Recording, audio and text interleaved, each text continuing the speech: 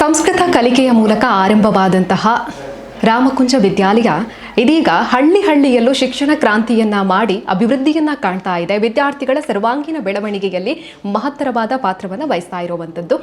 Ramakunja PU ಕಾಲೇಜಿನ ಪ್ರಾಂಶುಪಾಲರಾಗಿರುವಂತಹ Chandrashekhar sir ಇದ್ದಾರೆ. ಬನ್ನಿ ಮಾತಾಡ್ಸೋಣ. ನಮಸ್ತೆ ಸರ್. ನಮಸ್ತೆ. ಹೇಗಿದ್ದೀರಾ ಸರ್? ಚೆನ್ನಾಗಿದ್ದೇನೆ. ಪೇಜಾವರ ಶ್ರೀಗಳು ಮಹತ್ವಾಕಾಂಕ್ಷೆಯ ಒಂದು ವಿದ್ಯಾಸಂಸ್ಥೆ ಅಂತ ಹೇಳಿದ್ರೆ ತಪ್ಪಾಗ್ಲಿಕ್ಕಿಲ್ಲ ಸರ್. ಈ ಒಂದು ವಿದ್ಯಾಸಂಸ್ಥೆಯಲ್ಲಿ ಶ್ರೀಗಳು ಭೌತಿಕವಾಗಿ ನಮ್ಮ ಜೊತೆ ಇಲ್ಲದೆ ಇದ್ರೂ ಕೂಡ ಅವರ ಒಂದು ಮಾರ್ಗದರ್ಶನ ಏನಿತ್ತು ಅದರ ಮೂಲಕನೇ ನಡೀತಾ ಇರುವಂಥದ್ದು. ಹಾಗಾಗಿ ಈಗ ವಿದ್ಯಾಸಂಸ್ಥೆಯ ಅಭಿವೃದ್ಧಿ ಕಾರ್ಯಗಳ ಬಗ್ಗೆ ಹೇಳೋದಾದರೆ ಯಾವ ರೀತಿಯಾಗಿ ಇದೆ, ಮುಂದಿನ ಯೋಜನೆಗಳ ಬಗ್ಗೆ ಕೂಡ ಹೇಳೋದಾದರೆ ಸರ್? ಈಗ ಪೇಜಾವರ ಹಿರಿಯ ಸ್ವಾಮಿಗಳು ಕೃಷ್ಣೈಕ್ಯರಾಗಿದ್ದಾರೆ. ಈಗ ವಿಶ್ವೇಶತೀರ್ಥ ಸ್ವಾಮೀಜಿಯವರು ಅವರು ಹುಟ್ಟಿ ಬೆಳೆದಂಥ ಒಂದು ಗ್ರಾಮ ಇದು. ಅವರ ಪ್ರಾಥಮಿಕ ಶಿಕ್ಷಣವನ್ನು ಇಲ್ಲಿ ಸಂಸ್ಕೃತ ಪಾಠಶಾಲೆಯಲ್ಲಿ ಅಧ್ಯಯನ ಮಾಡಿದ್ದಾರೆ. 1919ರಲ್ಲಿ ರಾಮಕುಂಜೇಶ್ವರ ವಿದ್ಯಾಸಂಸ್ಥೆಗಳು ಪ್ರಾಥಮಿಕ ಶಾಲೆಯಾಗಿ ಆರಂಭವಾಯಿತು. ಆ ನಂತರ 1984ರಲ್ಲಿ ಪದವಿ ಪೂರ್ವ ಕಾಲೇಜಾಗಿ ಇದು ಉನ್ನತೀಕರಣಗೊಂಡಿದೆ. ನಮ್ಮ ಪದವಿ ಪೂರ್ವ ಕಾಲೇಜಿನಲ್ಲಿ ಆರ್ಟ್ಸ್, ಕಾಮರ್ಸ್ ಮತ್ತು ಸೈನ್ಸ್ 3 ವಿಭಾಗಗಳಿವೆ. ಅದರಲ್ಲಿ ಕೂಡ ಕಾಮರ್ಸ್ನಲ್ಲಿ 3 ಕಾಂಬಿನೇಷನ್ಸ್, ಸೈನ್ಸ್ನಲ್ಲಿ 2 ಕಾಂಬಿನೇಷನ್ಗಳಿವೆ. ಈ ವರ್ಷ ಒಟ್ಟು ಒಂದು 536 ವಿದ್ಯಾರ್ಥಿಗಳು PUC ವಿಭಾಗದಲ್ಲಿ ಇಲ್ಲಿ ಅಧ್ಯಯನ ಮಾಡ್ತಾಯಿದ್ದಾರೆ. ಇನ್ನು ಸ್ವಾಮೀಜಿಯವರ ಬಗ್ಗೆ ಹೇಳೋದಾದರೆ, ಕೃಷ್ಣೈಕ್ಯರಾದಂಥ ವಿಶ್ವೇಶತೀರ್ಥ ಸ್ವಾಮೀಜಿಯವರು ಏನು ಹುಟ್ಟು ಹಾಕಿದ ಈ ಸಂಸ್ಥೆ ಇದೆಯೋ, ಇದು ಗ್ರಾಮೀಣ ಪ್ರದೇಶದ ಮಕ್ಕಳಿಗೆ ಅತ್ಯಂತ ಮಿತವ್ಯಯದಲ್ಲಿ ಶಿಕ್ಷಣ ಸಿಗಬೇಕು ಎನ್ನುವುದು ಅವರ ಒಂದು ಮುಖ್ಯ ಧ್ಯೇಯ ಆಗಿತ್ತು. ಹಾಗಾಗಿ ಅತ್ಯಂತ ಕಡಿಮೆ ಶುಲ್ಕದೊಂದಿಗೆ ನಾವು ವಿದ್ಯಾರ್ಥಿಗಳನ್ನು ಸೇರಿಸಿಕೊಳ್ತೇವೆ. ಬಹುತೇಕ ಗ್ರಾಮೀಣ ಪ್ರದೇಶದ ಬಡ ಮತ್ತು ಮಧ್ಯಮ ವರ್ಗದ ಮನೆತನದ ಮಕ್ಕಳೇ ಇಲ್ಲಿ ನಮ್ಮಲ್ಲಿಗೆ ಅಧ್ಯಯನಕ್ಕಾಗಿ ಬರ್ತಾ ಇದ್ದಾರೆ. ಬಂದ ಯಾರಿಗೂ ಕೂಡ ನಾವು ಸೀಟ್ ಇಲ್ಲ ಅಂತ ಹೇಳಿದ್ದಿಲ್ಲ. ಈವನ್ ಸೈನ್ಸ್ನಲ್ಲಿ ಕೂಡ ನಾವು ಯಾವುದೇ ಮೆರಿಟನ್ನು ನೋಡದೆ ಕೇಳಿದವರಿಗೆಲ್ಲ ಸೀಟು ಕೊಡ್ತಾ ಇದ್ದೇವೆ. ವಿಶ್ವೇಶತೀರ್ಥ ಸ್ವಾಮೀಜಿಯವರು ಕೃಷ್ಣೈಕ್ಯರಾದ ನಂತರ ಅವರ ಉತ್ತರಾಧಿಕಾರಿ ವಿಶ್ವಪ್ರಸನ್ನ ತೀರ್ಥ ಸ್ವಾಮೀಜಿಯವರ ಅಧ್ಯಕ್ಷತೆಯಲ್ಲಿ ಈಗ ನಮ್ಮ ಪದವಿ ಪೂರ್ವ ಕಾಲೇಜು ಮುಂದುವರಿತಾ ಇದೆ. ಪರಮಪೂಜ್ಯ ವಿಶ್ವಪ್ರಸನ್ನ ತೀರ್ಥ ಸ್ವಾಮೀಜಿಯವರು ಹಿಂದಿನ ಸ್ವಾಮಿಗಳಿಗಿಂತಲೂ ಸ್ವಲ್ಪ ಮುಂದುವರೆದು ಶಿಕ್ಷಣದ ಬಗ್ಗೆ ಅಪಾರವಾದಂಥ ಒಂದು ಪ್ರೀತಿ ಇರುವವರು. ಅವರು ವರ್ಷಕ್ಕೆ 1-2 ಸಲ ಬಂದು ವಿದ್ಯಾರ್ಥಿಗಳನ್ನು ಉದ್ದೇಶಿಸಿ ವಿದ್ಯಾರ್ಥಿಗಳಿಗೆ ಪ್ರೋತ್ಸಾಹ ಮಾಡ್ತಾ ಮಾರ್ಗದರ್ಶನ ಕೊಡ್ತಾ ಇರ್ತಾರೆ. ಅದೇ ರೀತಿ ಶಿಕ್ಷಕರಿಗೂ ಕೂಡ ಮಾರ್ಗದರ್ಶನವನ್ನು ಕೊಟ್ಟು ಒಟ್ಟು ಭಾರತೀಯ ಸಂಸ್ಕೃತಿ, ಒಳ್ಳೆಯ ಸಂಸ್ಕಾರಯುತವಾದಂಥ ಶಿಕ್ಷಣವನ್ನು ಕೊಡುವ ಉದ್ದೇಶದಲ್ಲಿ ನಮ್ಮ ಸಂಸ್ಥೆ ಮುಂದುವರಿತಾ ಇದೆ. ಶಿಕ್ಷಣಕ್ಕೆ ಮಹತ್ವ ಕೊಡುವ ರೀತಿಯಲ್ಲೇ ಕ್ರೀಡೆಗೂ ಕೂಡ ಮಹತ್ವವನ್ನು ಕೊಡ್ತಾ ಇರುವಂಥದ್ದು. ಕ್ರೀಡೆಯಲ್ಲಿ ರಾಜ್ಯ ಮಟ್ಟದಲ್ಲೂ ವಿದ್ಯಾರ್ಥಿಗಳು ಮಿಂಚಿದ್ದಾರೆ ಅನ್ನುವಂಥದ್ದು. ಅದ್ರ ಬಗ್ಗೆ ಈಗ ಮುಖ್ಯವಾಗಿ ನಮ್ಮ ರಾಮಕುಂಜೇಶ್ವರ ಪದವಿ ಪೂರ್ವ ಕಾಲೇಜಿನ ಒಂದು ಐಡೆಂಟಿಟಿ ಯಾವುದು ಅಂತ ಹೇಳಿದರೆ ಖೋ ಮತ್ತು ವಾಲಿಬಾಲು. ನಿರಂತರವಾಗಿ ಸುಮಾರು ವರ್ಷಗಳಿಂದ ಇಲ್ಲಿ ಖೋದಲ್ಲಿ ಪ್ರಥಮ ಸ್ಥಾನ, ತಾಲೂಕು ಮಟ್ಟದಲ್ಲಿ ಪ್ರಥಮ ಸ್ಥಾನ, ವಾಲಿಬಾಲಲ್ಲಿ ಪ್ರಥಮ ಸ್ಥಾನ ಹೀಗೆಲ್ಲ ಪಡೀತಾ ಇದ್ದಾರೆ. ಆದರೆ ನಮಗೇನಾಗ್ತಾ ಇದೆ ಅಂತ ಹೇಳಿದರೆ, ಗ್ರಾಮೀಣ ಮಕ್ಕಳಾದ ಕಾರಣ ಅತ್ಯಾಧುನಿಕವಾದಂತಹ ತರಬೇತಿ ಉಪಕರಣಗಳೆಲ್ಲ ಇಲ್ಲದ ಕಾರಣ ಅದಕ್ಕಿಂತ ಹೆಚ್ಚಿನ ಲೆವೆಲಿಗೆ ಹೋಗಲಿಕ್ಕೆ ನಮಗೆ ಕಷ್ಟ ಆಗ್ತಾ ಉಂಟು. ನಮ್ಮಲ್ಲಿ ಅದನ್ನು ಭರಿಸುವಷ್ಟು ತಾಕತ್ತು ಅದೇ ನಮ್ಮ ಶಿಕ್ಷಣ ಸಂಸ್ಥೆ ಗ್ರಾಮೀಣದ ಕಾರಣ ಸ್ವಲ್ಪ ಕಡಿಮೆ ಇದೆ.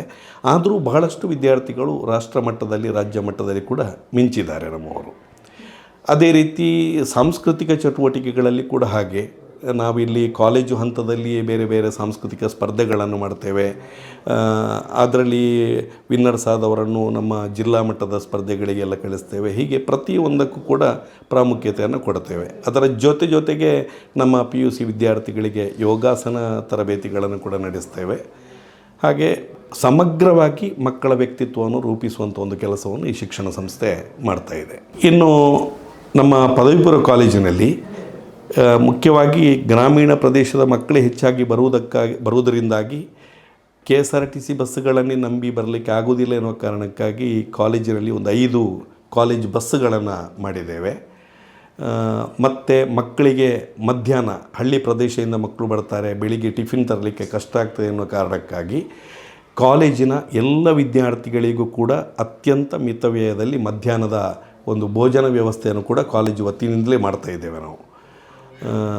ಆನಂತರ ಓದಲಿಕ್ಕೆ ಒಂದು ಸುಸಜ್ಜಿತವಾದಂಥ ಲೈಬ್ರರಿ ಇದೆ ನಮ್ಮಲ್ಲಿ. ಮತ್ತು ಹುಡುಗಿಯರಿಗೆಲ್ಲ ಸಮಸ್ಯೆಗಳಾದಾಗ ಅದಕ್ಕೆ ಬೇಕಾಗಿ ಒಂದು ಲೇಡೀಸ್ ರೆಸ್ಟ್ ರೂಮ್ ಅಂತ ಇದೆ, ಲೇಡೀಸ್ ಟಾಯ್ಲೆಟ್ ಸುಸಜ್ಜಿತವಾದದ್ದಿದೆ. ಮತ್ತು ಮುಖ್ಯವಾಗಿ ವಿಶಾಲವಾದ ಕ್ರೀಡಾಂಗಣ ಇದೆ ನಮ್ಮಲ್ಲಿ. ಯಾವುದೋ 1-2 ಕ್ರೀಡೆಗೆ ಮಾತ್ರ ನಮ್ಮ ಮಕ್ಕಳು ಸೀಮಿತವಾಗಿಲ್ಲ. ಇಲ್ಲಿ ಖೋ ಆಗಿರ್ಬೋದು, ಕಬಡ್ಡಿ ಆಗಿರ್ಬೋದು, ವಾಲಿಬಾಲ್ ಆಗಿರ್ಬೋದು, ಅಥವಾ ಅಥ್ಲೆಟಿಕ್ಸ್ಗೆ ಬೇಕಾದಷ್ಟು ಒಳ್ಳೆಯ ಒಂದು ಕ್ರೀಡಾಂಗಣ ವ್ಯವಸ್ಥೆ ಕೂಡ ಇದೆ. ಇದೇ ಕಾರಣಕ್ಕಾಗಿ ಬಹುತೇಕ ಈ ಸ್ಪೋರ್ಟ್ಸ್ಗೆ ಸಂಬಂಧಪಟ್ಟ ವಿದ್ಯಾರ್ಥಿಗಳು ನಮ್ಮಲ್ಲಿ ಬರ್ತಾ ಇದ್ದಾರೆ. ನಮ್ಮ ಶೈಕ್ಷಣಿಕವಾಗಿ ಹೇಳುವುದಿದ್ರೆ ನಮ್ಮಲ್ಲಿ ಸುಸಜ್ಜಿತವಾದಂಥ ವಿಜ್ಞಾನ ಪ್ರಯೋಗಾಲಯಗಳಿವೆ. PCMB ಇರುವ ಕಾರಣ ನಮ್ಮಲ್ಲಿ ಸುಸಜ್ಜಿತವಾದ ಕಂಪ್ಯೂಟರ್ ಸೈನ್ಸ್ ಲ್ಯಾಬ್ ಇದೆ, ಫಿಸಿಕ್ಸ್ ಲ್ಯಾಬ್ ಇದೆ, ಕೆಮಿಸ್ಟ್ರಿ ಲ್ಯಾಬ್ ಇದೆ, ಬಯಾಲಜಿ ಲ್ಯಾಬ್ ಇದೆ. ಅದಲ್ಲದೆ ನಮಗೆ ಬೆಂಗಳೂರಿನ ಕ್ಯಾಪ್ಸ್ ಫೌಂಡೇಶನ್ ಅವರು ನೀಡಿರುವಂತಹ ಸೈನ್ಸ್ ಪಾರ್ಕ್ ಕೂಡ ಇದೆ. ಆ ಸೈನ್ಸ್ ಪಾರ್ಕಿನಲ್ಲಿ ನಮ್ಮ ಸ್ಥಳೀಯ ಬೇರೆ ಬೇರೆ ಪ್ರಾಥಮಿಕ ಮತ್ತು ಪ್ರೌಢಶಾಲೆಯ ವಿದ್ಯಾರ್ಥಿಗಳು ಬಂದು ಅವರು ಈ ಸೈನ್ಸ್ನಲ್ಲಿ ಏನೆಲ್ಲ ಸಿಂಪಲಾಗಿ ಮಕ್ಕಳಿಗೆ ಅರ್ಥ ಮಾಡಿಕೊಳ್ಬೋದು ಅದನ್ನು ಪ್ರಾಯೋಗಿಕವಾಗಿ ಅರ್ಥ ಮಾಡಿಕೊಳ್ಳುವಂಥ ಒಂದು ವ್ಯವಸ್ಥೆಯನ್ನು ಕೂಡ ಇಲ್ಲಿ ಮಾಡಿದ್ದೇವೆ ನಾವು. ಸರ್, ಹಾಗೆಯೇ ಶೈಕ್ಷಣಿಕವಾಗಿರುವಂಥ ಪ್ರಗತಿ ಯಾವ ರೀತಿಯಾಗಿದೆ ಅನ್ನುವಂಥದ್ದು? ಈಗ ನಮ್ಮ 1984ರಲ್ಲಿ ನಮ್ಮ ಪದವಿ ಪೂರ್ವ ಕಾಲೇಜು ಆರಂಭವಾಗಿದೆ. ಅಲ್ಲಿಂದ ನಿರಂತರವಾಗಿ ಒಂದು 85% ಹೆಚ್ಚು ಫಲಿತಾಂಶ ಪ್ರತಿ ವರ್ಷವೂ ಬರ್ತಾಯಿದೆ. ಇತ್ತೀಚಿನ 10 ವರ್ಷಗಳಲ್ಲಿ ಅಂತೂ ರಾಮಕುಂಜೇಶ್ವರ ಪದವಿ ಪೂರ್ವ ಕಾಲೇಜು ಪ್ರತಿ ವರ್ಷವೂ 95% ಹೆಚ್ಚು ಫಲಿತಾಂಶವನ್ನು ದಾಖಲಿಸ್ತಾ ಇದೆ. ಈಗ ಕಳೆದ ಸಾಲು ಅಂದರೆ 2023-24ನೇ ಸಾಲಿನಲ್ಲಿ ಆರ್ಟ್ಸ್, ಕಾಮರ್ಸ್, ಸೈನ್ಸ್ 540 ವಿದ್ಯಾರ್ಥಿಗಳಿದ್ದರೂ 70% ರಿಸಲ್ಟ್ ಬಂದಿದೆ. ಆನಂತರ 2024-25ನೇ ಸಾಲಿನಲ್ಲಿ 95% ರಿಸಲ್ಟ್ ಬಂದಿದೆ. ಹೀಗೆ ಶೈಕ್ಷಣಿಕವಾಗಿಯೂ ನಮ್ಮದು ಅತ್ಯುತ್ತಮವಾದ ಸಾಧನೆಯನ್ನು ತೋರಿಸ್ತಾ ಇದೆ. ಇದಕ್ಕೆಲ್ಲ ಮುಖ್ಯ ಕಾರಣಕರ್ತರು ಯಾರು ಅಂತ ಹೇಳಿದರೆ ನಮ್ಮ ಬೆನ್ನೆಲುಬಾಗಿ ನಿಂತಿರುವಂಥ ಪರಮ ಪೂಜ್ಯ ಸ್ವಾಮೀಜಿಗಳು ಮತ್ತು ನಮ್ಮ ರಾಮಕುಂಜೇಶ್ವರ ವಿದ್ಯಾವರ್ಧಕ ಸಭಾ ಎನ್ನುವ ಆಡಳಿತ ಮಂಡಳಿ ಇದೆ, ಅದರ ಎಲ್ಲ ಪದಾಧಿಕಾರಿಗಳು ಮತ್ತು ಬಹಳ ಪ್ರಾಮಾಣಿಕವಾಗಿ ಕೆಲಸ ಮಾಡುವಂಥ ನಮ್ಮ ಶಿಕ್ಷಣದ ಸಹೋದ್ಯೋಗಿಗಳು, ನಮ್ಮ ಲೆಕ್ಚರರ್ಸ್ಗಳು, ಇವರೆಲ್ಲರ ಒಂದು ಜಂಟಿ ಪ್ರಯತ್ನದಿಂದಾಗಿ ಈ ರಿಸಲ್ಟ್ ಅತ್ಯುತ್ತಮವಾಗಿ ಬರಲಿಕ್ಕೆ ಕಾರಣ ಆಗಿದೆ.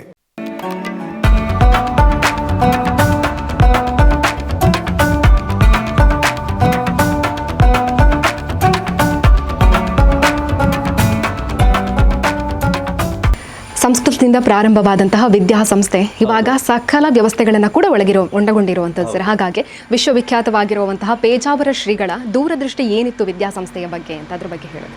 ಪೇಜಾವರ ಶ್ರೀಗಳಿಗೆ ರಾಮಕುಂಜದ ವಿದ್ಯಾಸಂಸ್ಥೆ ಸಂಪಾದನೆ ಮಾಡಲಿಕ್ಕಿದ್ದಂಥ ಸಂಸ್ಥೆ ಅಲ್ಲ. ಇದೊಂದು ಅತ್ಯಂತ ರಿಮೋಟ್ ಏರಿಯಾ, ಅದು ಕೂಡ ನಮ್ಮ ಪಶ್ಚಿಮ ಘಟ್ಟದ ತಪ್ಪಲಿನಲ್ಲಿ ಇರತಕ್ಕಂಥ ಒಂದು ಗ್ರಾಮೀಣ ಪ್ರದೇಶ. ಒಂದು ಕಾಲದಲ್ಲಿ ಒಂದು ಕುಗ್ರಾಮದಂತಿತ್ತು ನಮ್ಮ ರಾಮಕುಂಜ. ಇಲ್ಲಿಯ ಜನ ವಿದ್ಯಾಭ್ಯಾಸಕ್ಕೆ ಹೋಗಬೇಕಿದ್ರೆ ಉಪ್ಪಿನಂಗಡಿಯೋ, ಪುತ್ತೂರೋ ಅಥವಾ ಮಂಗಳೂರಿಗೋ ಹೋಗಬೇಕಿತ್ತು. ಅಂತಹ ಕಾಲದಲ್ಲಿ ಅಂದರೆ 106 ವರ್ಷಗಳ ಹಿಂದೆಯೇ ಈ ವಿದ್ಯಾಸಂಸ್ಥೆಯನ್ನು ಇಲ್ಲಿ ಸ್ಥಾಪಿಸುವ ಮೂಲಕ ಈ ಊರಿಗೆ ಒಂದು ಅತ್ಯಂತ ಸಂಸ್ಕಾರವನ್ನು ಕೊಟ್ಟರು, ಒಂದು ಸಂಸ್ಕೃತಿಯನ್ನು ಕೊಟ್ಟರು. ಇಲ್ಲಿ ಕೇವಲ ಹಿಂದೂ ಧರ್ಮಕ್ಕೆ ಸೇರಿದವರು ಮಾತ್ರ ವಿದ್ಯಾಭ್ಯಾಸ ಮಾಡಿದ್ದಲ್ಲ, ಅದು ಸಂಸ್ಕೃತ ಪಾಠಶಾಲೆ ಆಗಿದ್ದರೂ ಕೂಡ ಅದರಲ್ಲಿ ಮುಸಲ್ಮಾನರು, ಕ್ರೈಸ್ತರು ಕೂಡ ಓದಿದ ದಾಖಲೆಗಳು ನಮ್ಮಲ್ಲಿವೆ. ಅಂತಹ ಒಂದು ವಿದ್ಯಾಸಂಸ್ಥೆ ಇದು. ಈ ದೂರದೃಷ್ಟಿಯ ಪರಿಣಾಮದಿಂದಾಗಿ ಈ ರಾಮಕುಂಜ ಪ್ರದೇಶದ ಎಲ್ಲ ಜನರು ಕೂಡ ಅತ್ಯಂತ ಸುಸಂಸ್ಕೃತರಾಗಿದ್ದಾರೆ. ಇವತ್ತು ಒಂದು ಶೈಕ್ಷಣಿಕವಾದಂಥ ಕಾಳಜಿ ನಮ್ಮ ಊರಿನಲ್ಲಿ ಹೆಚ್ಚಾಗಿದೆ. ಇದು ಪೇಜಾವರ ವಿಶ್ವೇಶತೀರ್ಥ ಸ್ವಾಮೀಜಿಯವರ ದೂರದರ್ಶಿತ್ವದ ಫಲ. ಅವರು ಆಗಾಗ ಬಂದಾಗ ಇಲ್ಲಿ ಮುಂದಿನ ಒಂದು ಗುರಿಯನ್ನು ಕೊಡ್ತಾಯಿದ್ರು. ಪ್ರಾಥಮಿಕ ಶಾಲೆ ಬೆಳೆದಾಗ ಒಂದು ಮಾತನ್ನು ಹೇಳಿದರು, ಇಡೀ ವಿದ್ಯಾಸಂಸ್ಥೆಗಳಿಗೆ ಪ್ರಾಥಮಿಕ ಶಾಲೆ ಬುನಾದಿ. ಇದೇ ಪ್ರಾಥಮಿಕ ಶಾಲೆ ಹಾಗೆ ಇನ್ನು ಮುಂದಿನ ಪ್ರೌಢಶಾಲೆ ಇರ್ಬೋದು, ಪದವಿ ಪೂರ್ವ ಕಾಲೇಜ್ ಇರ್ಬೋದು, ಜೂನಿಯರ್ ಕಾಲೇಜ್ ಇರ್ಬೋದು, ಇದೆಲ್ಲ ಬೆಳಿಬೇಕು ಎನ್ನುವಂಥ ಆಶಯವನ್ನು ಇಲ್ಲಿಯ ಕಾರ್ಯಕರ್ತರಲ್ಲಿ, ಇಲ್ಲಿಯ ಶಿಕ್ಷಕರಲ್ಲಿ ತುಂಬ್ತಾ ಇದ್ದರು. ಇದು ಪೇಜಾವರ ವಿಶ್ವೇಶತೀರ್ಥ ಸ್ವಾಮೀಜಿಯವರ ದೂರದೃಷ್ಟಿ. ಎಷ್ಟು ಅಂತ ಹೇಳಿದರೆ, ಹುಟ್ಟೂರಿನ ಬಗ್ಗೆ ಎಷ್ಟು ಕಾಳಜಿ ಇತ್ತು ಅಂತ ಹೇಳಿದರೆ, ಅವರು 2019 ಡಿಸೆಂಬರ್ 19ನೇ ತಾರೀಕಿಗೆ ಅವರು ಇಲ್ಲಿಗೆ ಬಂದಿದ್ದರು ರಾಮಕುಂಜಕ್ಕೆ. 20ನೇ ತಾರೀಕು ಮುಂಜಾನೆ ಬೆಳಿಗ್ಗೆ 2 ಗಂಟೆ ಹೊತ್ತಿಗೆ ಆಸ್ಪತ್ರೆ ಸೇರಿದರು. ಅಂದರೆ ಅವರ ನೆನಪಿದ್ದಂತಹ ಹಿಂದಿನ ದಿವಸವೂ ಕೂಡ ರಾಮಕುಂಜಕ್ಕೆ ಬಂದಿದ್ದಾರೆ. ಅದು ಅವರು ಬರುವ ಸ್ಥಿತಿಯಲ್ಲಿರಲಿಲ್ಲ. ಯಾಕೆಂದರೆ ಬೆಂಗಳೂರಿಂದ ಬಂದಾಗ ವಿಪರೀತ ಜ್ವರ ಇದ್ದ ಕಾರಣ ಹಾಸನದಲ್ಲಿ ಅವರು ನಿಂತಿದ್ದರು. ಹಾಸನದಲ್ಲಿ ನಿಂತು ಮರುದಿವಸ ನಮ್ಮ ವಾರ್ಷಿಕೋತ್ಸವ ಪ್ರಾಥಮಿಕ ಶಾಲೆದ್ದು. ಆ ಪ್ರಾಥಮಿಕ ಶಾಲೆಯ ವಾರ್ಷಿಕೋತ್ಸವಕ್ಕೆ ನಾನು 2-3 ಸಲ ಇಲ್ಲಿಂದ ಫೋನ್ ಮಾಡಿದೆ. ಅವರು ಬರುವಾಗ ಒಂದು ಮಾತನ್ನು ಹೇಳಿದರು, ನಿನ್ನ ಒತ್ತಾಯಕ್ಕೆ ನಾನು ಇಲ್ಲಿಗೆ ಬಂದಿದ್ದೇನೆ, 2 ನಿಮಿಷ ನಾನು ಮಾತಾಡಿ ಹೋಗ್ತೇನೆ ಅಂತ ಹೇಳಿದರು. ಅಂದರೆ ಅಷ್ಟು ಕಾಳಜಿತ್ತು ರಾಮಕುಂಜದ ಬಗ್ಗೆ. ಅದು ಕೂಡ ಅಲ್ಲಿ ಆ ಕೊನೆಯ ಆವತ್ತು ಸ್ಟೇಜಿಗೆ ವೀಲ್ ಚೇರಲ್ಲಿ ಅವರನ್ನು ಕರ್ಕೊಂಡು ಹೋದದ್ದು. ಆ ಹೊತ್ತಿಗೆ ಅವರೊಂದು ಹೇಳಿದಂಥ ಮಾತು ಏನಂತಂದರೆ, ನನ್ನ ಊರಿನ ಅಭಿಮಾನಿಗಳೇ, ನಾನು ನಿಮ್ಮೆಲ್ಲರನ್ನ ಭೆಟ್ಟಿಯಾಗಿ ಹೋಗಬೇಕೆಂದು ಬಂದಿದ್ದೇನೆ. ನಾನು 2 ಮಾತನ್ನು ಆಡೋದು, ನನಗೇನು ಕೂಡ ಮಾತಾಡಲಿಕ್ಕೆ ಆಗ್ತಾ ಇಲ್ಲ ಅಂಥೇಳಿ ಏದುಸಿರನ್ನು ಬಿಡ್ತಾ ಮಾತಾಡಿದರು. ಈ ಸಂಸ್ಥೆ ಒಳ್ಳೆಯದಾಗಬೇಕು, ಇನ್ನಷ್ಟು ಒಳ್ಳೆಯದಾಗಬೇಕು, ನನ್ನನ್ನು ಹೋಗಲಿಕ್ಕೆ ಅವಕಾಶ ಮಾಡಿಕೊಡಿ ಅಂತ ಕೇಳಿಕೊಂಡು 2 ನಿಮಿಷ ಮಾತನಾಡಿ ಇಲ್ಲಿಂದ ಹೋಗಿದ್ದಾರೆ. ಮರುದಿವಸ ಆಸ್ಪತ್ರೆ ಸೇರಿದವರು ಡಿಸೆಂಬರ್ 29ಕ್ಕೆ ಇಹಲೋಕವನ್ನೇ ತ್ಯಜಿಸಿದರು. ಹಾಗೆ ರಾಮಕುಂಜ ಅನ್ನುವಂಥದ್ದು ಅವರ ಉಸಿರಿನಲ್ಲಿ ಬೆರೆತು ಹೋಗಿತ್ತು. ಅವರಿಗೆ ಏನು ಸ್ವಾರ್ಥ ಇರಲಿಲ್ಲ. ಇಲ್ಲಿ ನನ್ನ ಹುಟ್ಟೂರಿನಲ್ಲಿ ಒಂದು ಒಳ್ಳೆಯ ವಿದ್ಯಾಸಂಸ್ಥೆ ಇರಬೇಕೆನ್ನುವಂಥದ್ದು ಮಾತ್ರ ಅವರಿಗೆ ಆಸೆ ಇದ್ದದ್ದು. ಅವರ ಬಗ್ಗೆ ನಾನು ಸುಮಾರು 7 ಕೃತಿಗಳನ್ನು ಬರೆದಿದ್ದೇನೆ. ವಿಶ್ವೇಶತೀರ್ಥ ಸ್ವಾಮೀಜಿಯವರ ಬಗ್ಗೆ 7 ಕೃತಿಗಳನ್ನು ಬರೆದಿದ್ದೇನೆ. ಡಿಸೆಂಬರ್ 29ಕ್ಕೆ ನಮ್ಮ ರಾಜ್ಯದ ಎಲ್ಲ ಪ್ರಮುಖ ಪತ್ರಿಕೆಗಳು ಕೂಡ ನನ್ನನ್ನು ಕಾಂಟ್ಯಾಕ್ಟ್ ಮಾಡಿ ಅವರ ಕೃತಿಗಳನ್ನು ತರಿಸಿಕೊಂಡರು. ಯಾಕೆಂದರೆ ಅವರ ಪೀಠಾಧಿಪತ್ಯದ ನಂತರದ ಎಲ್ಲ ವಿಷಯಗಳು ಕೂಡ ಅವರಿಗೆ ಇತ್ತು ಅವರಲ್ಲಿ. ಆದರೆ ಪೂರ್ವಾಶ್ರಮದ ಬದುಕಿನ ಚಿತ್ರಣದ ಕೃತಿ ಬರೆದದ್ದು ನಾನು ಮಾತ್ರ. ಅದರ ಹೆಸರು ರಾಮಕುಂಜದಿಂದ ರಾಷ್ಟ್ರಾದ್ಯಂತ ವಿಶ್ವೇಶತೀರ್ಥರ ವಿಶಿಷ್ಟ ಪಯಣ ಎನ್ನುವಂತಹ ಒಂದು ಕೃತಿ. ಅದು ಅನೇಕ ಅವರ ಬಗ್ಗೆ ಬೇರೆ ಬೇರೆ ಕಿರು ಸಿನಿಮಾಗಳನ್ನೆಲ್ಲ ಮಾಡಿದ್ದರು. ಅದಕ್ಕೆಲ್ಲ ಕೂಡ ರೆಫರೆನ್ಸ್ ಬುಕ್ಕಾಗಿ ನಾನು ಬರೆದಂಥ ಪುಸ್ತಕ ಅವರಿಗೆ ಅದು ರೆಫರೆನ್ಸ್ ಬುಕ್ ಆಯಿತು. ಮಾತ್ರ ಅಲ್ಲ, ಅವರು ತೀರಿ ಹೋದ ನಂತರ ಅವರು ಭಾಷಣದಲ್ಲಿ ಬಹಳ ಸುಂದರವಾದಂಥ ಕಥೆಗಳನ್ನು ಪೋಣಿಸಿ ಹೇಳ್ತಾ ಇದ್ದರು. ಅದನ್ನು 3 ವಾಲ್ಯೂಮಲ್ಲಿ ನಾನು ಅದನ್ನು ಸಂಗ್ರಹ ಮಾಡಿ ಅದನ್ನು ಬಿಡುಗಡೆ ಮಾಡಿದ್ದೇನೆ. ಅದು ಇವತ್ತು ದೇಶದಾದ್ಯಂತ ಅವರ ಭಕ್ತರಲ್ಲಿ ಆ ಕೃತಿಗಳಿವೆ ಮತ್ತು ಅದು 4 ಅಥವಾ 6 ವಾಕ್ಯದಲ್ಲಿರ್ತದೆ. ಅದು ನಮ್ಮ ಬದುಕಿಗೆ ಬಹಳ ಪ್ರೇರಣೆ ಕೊಡತಕ್ಕಂತಹ ಮಾತುಗಳು. ಅದನ್ನು ಸಂಗ್ರಹಿಸಿ ಕೂಡ ನಾನು ಹೊರತಂದಿದ್ದೇನೆ. ಒಟ್ಟಿನಲ್ಲಿ ರಾಮಕುಂಜದ ಇಷ್ಟೆಲ್ಲ ಬೆಳವಣಿಗೆಗೆ ಪೇಜಾವರ ವಿಶ್ವೇಶತೀರ್ಥ ಸ್ವಾಮೀಜಿಯವರ ಒಂದು ಪ್ರೇರಣೆ, ಅವರ ಹೆಸರು, ಅವರ ಶಕ್ತಿ ಕಾರಣ ಅಂತ ನಾನು ತುಂಬ ಸಂತೋಷದಿಂದ ಹೇಳ್ತಾ ಇದ್ದೇನೆ. ಮಾತ್ರ ಅಲ್ಲ, ನನಗೆ ಕೂಡ ಇಷ್ಟು ಅವಧಿಯಲ್ಲಿ ಅದರಲ್ಲಿ ಭಾಗವಹಿಸಲಿಕ್ಕೆ ನಾನು 50 ವರ್ಷಗಳಿಂದ ಇವತ್ತು ಶಿಕ್ಷಕ ವೃತ್ತಿಯಲ್ಲಿದ್ದೇನೆ. ನಾನು 77ರಲ್ಲಿ ಸೇರಿದ್ದೇನೆ.